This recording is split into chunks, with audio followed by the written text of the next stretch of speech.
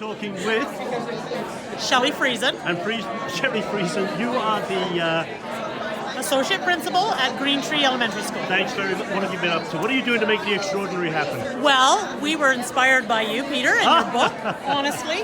We had club days where students were already coming and learning about what the teachers were sort of passionate about for an hour every once in a while during a semester. Okay. What we did was we increased the time, so now 6 times a semester, and we opened up a group for the students to come and do a genius hour. Instead of doing what the teachers are passionate about, for them to find their own passions. And it's been fabulous. Really? It's been messy. We made some mistakes. We've learned. We know how to do it better next time. But we do have some QR codes here that you can scan and listen to the videos of the students talking about their projects and what they're doing. Some of them are still images and some of them are videos. But yeah, we went around and interviewed them and they're loving it. We're only halfway through and they're loving it. Give me one example of something that was a bit magical. So one of the students, and we don't have a QR code here, so this is an insight for you, really believes that Bigfoot is real. And so he is doing all this research, he is doing all of this stuff to find out about Bigfoot, and he's even created a huge life-size, this is how big Bigfoot would be, on cardboard. Unfortunately, we didn't have the QR code for that, but he is passionate about this, and he wants to learn about it. And Sean. Too funny. Yeah, so it's exciting what the kids are finding, what they're loving.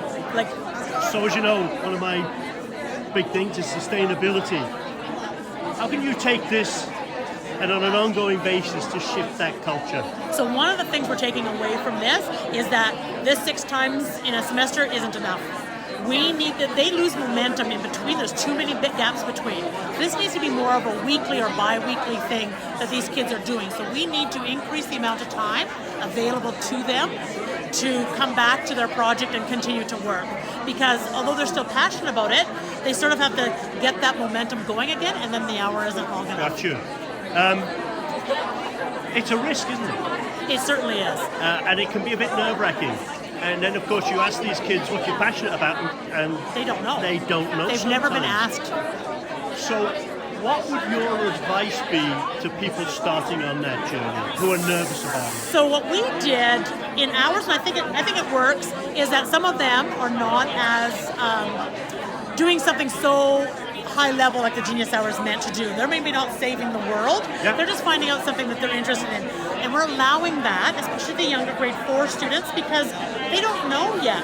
So we're using that as sort of a stepping stone. They're looking into stuff, they're researching things, and then maybe we can take them on a journey from there. So we've really focused on the journaling part of this. What questions do they have now?